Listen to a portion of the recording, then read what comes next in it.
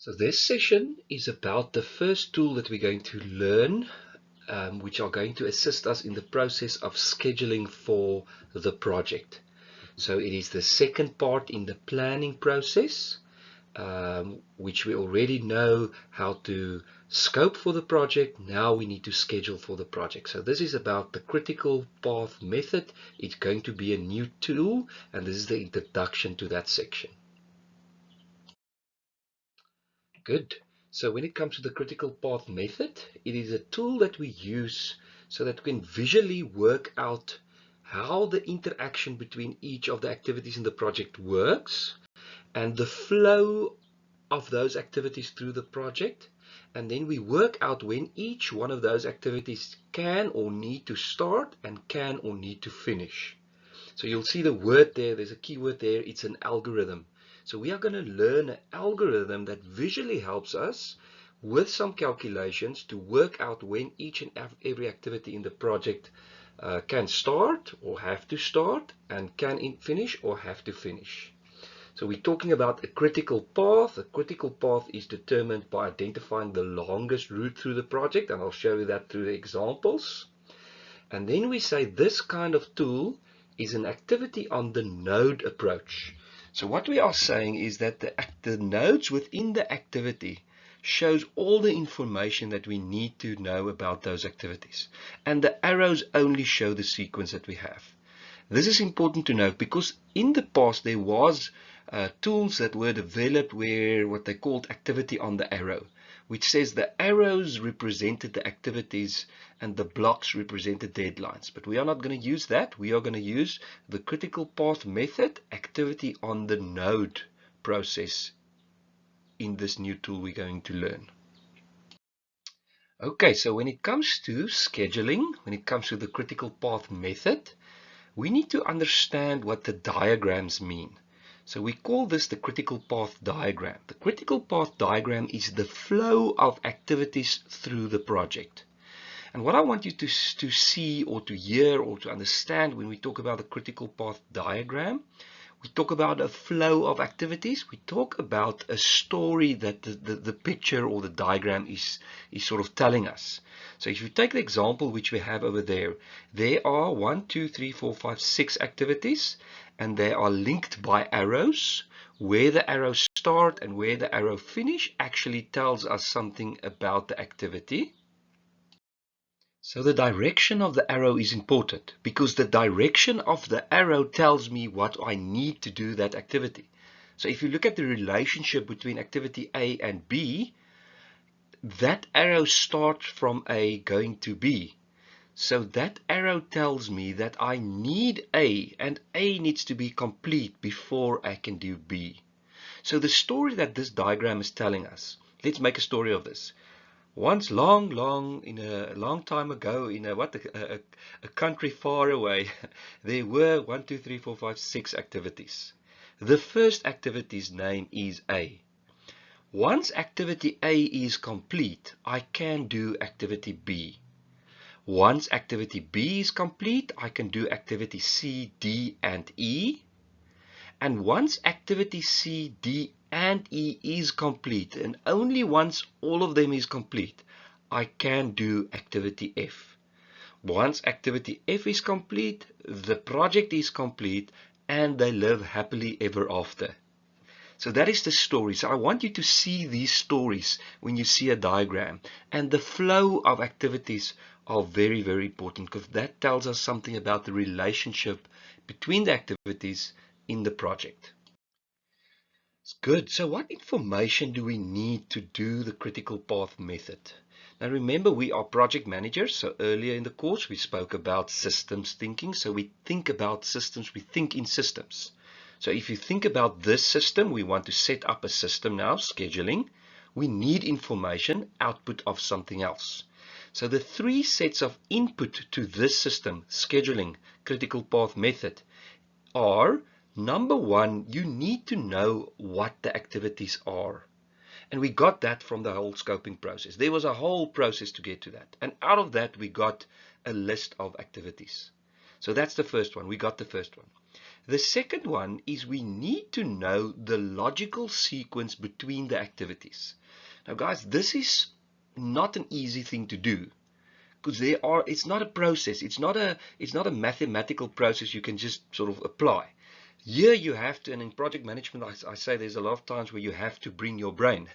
So over here you have to bring your brain, and this is where the technical ability of the project, your technical ability in the direction of where the project is being executed is important, because you need to know or understand or be able to develop the flow of activities. So what I'm talking about over here is a logical sequence between the activities.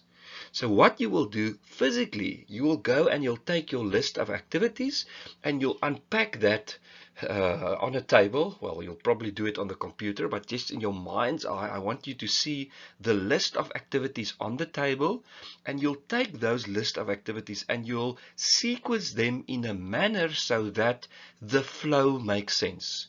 So if I say the flow makes sense, it says I'm going to first dig a hole.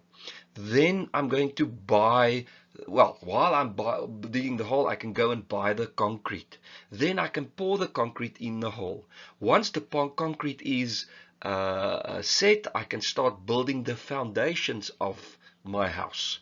Once the foundations is finished, I can build the outside walls and the inside walls. So can you see what I'm talking about? A physical sequence of my project over here. And this is a difficult thing to do. It's not just difficult, but it's time consuming. Remember, we are talking about real projects. If you just take something like a house, how many activities do you think there is in a house? No, I mean, it could be hundreds, it could be thousands of activities. So it takes time to do this phase. And what you will end up is a sort of a sequence of activities in a logical relationships to each other. And remember, that sort of links to something which we said in the definition. Project management is about managing activities which are logically linked to each other. Good. So now that we know what the activities are, we know how they link to each other, the last thing that we need to know is their durations. And it's actually worth standing still just for a second when we talk about activity durations. Now remember, again, you're going to hear this word a lot, is systems thinking. We're working in a system. And in this system's got a weak point. The weak point of a system is the process of what I call garbage in, garbage out. So if you are using a system and you give the system the wrong information, then you're going to have as an output, you're going to have the wrong information. In our case, specifically to the duration, if we apply this whole process of critical path method and we give the process or the system the wrong durations, then your process is going to be wrong, your output, your schedule is going to be wrong. So when we talk about duration, which is the third set of information that we need to make sure that we use accurate information. So it's a key part of the scheduling process. So what we say is when you are dealing with this kind of information, you need to make sure that you've got the right information. So where do we get this information? So the PMI talks about expert judgment. Ask the experts, ask the professionals, the people who know about the stuff that you're going to do. Because remember what you are sitting here. You are sitting with activities, and I want to call it a bunch of activities. So the beauty of where we are currently is you've got individual activities. I want to say little cards with activity names on top of that. And remember, each one of those activities has got a number, a work breakdown structure number, and those numbers link back to the bigger project. So in theory, you can take these little cards. I'm just talking about not physical cards, but I want you to see in your mind's eye a card. And the card says, I need to build 5 square meters of wall or slab with concrete. What am I going to do? I'm going to take this card to a person who knows about concrete, who has probably done a lot of concrete pours in his life before, and I'm going to ask them, how long does it take to pour concrete like this? And that gives us an indication. So what are we going to do is we are going to get an activity duration on each one of these activities. There's other ways of getting information as well. We can use previous experience. Maybe we've done other projects and we've got data. We can use a statistical estimation. We call there a 3-point estimation. It's just saying worst case, best case, and most likely, and through a statistical calculation, you can work out how long that's going to take. You can take standard times of industry. I know in your industry there are certain things that that takes specific amount of time. I know when you maybe ask or apply for a grant, for a research grant, or for any information, there's specific times or durations that it takes, and you're going to use that information.